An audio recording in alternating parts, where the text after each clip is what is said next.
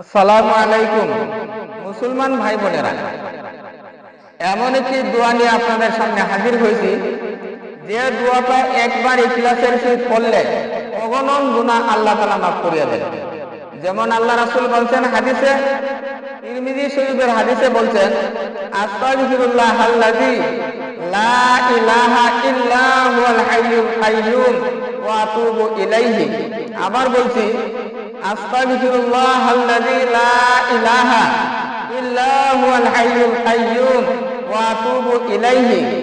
এই দোয়াটা যদি কেউ পড়ে ইখলাসের সহিত শোয়ার আগে, নবী করিম সাল্লাল্লাহু আলাইহি ওয়াসাল্লাম ইরশাদ করেন, যে ব্যক্তি শোয়ার সময় সারাদিন কামকাজ করলো, লেখাপড়া করলো বা যে কোনো কিছু করলো যার ইচ্ছা মতে, আর শোয়ার সময় এই দোয়াটা পড়বে, আল্লাহ তাআলা তার সমস্ত গুনাহ মাফ করে দিবেন। সুবহানাল্লাহ।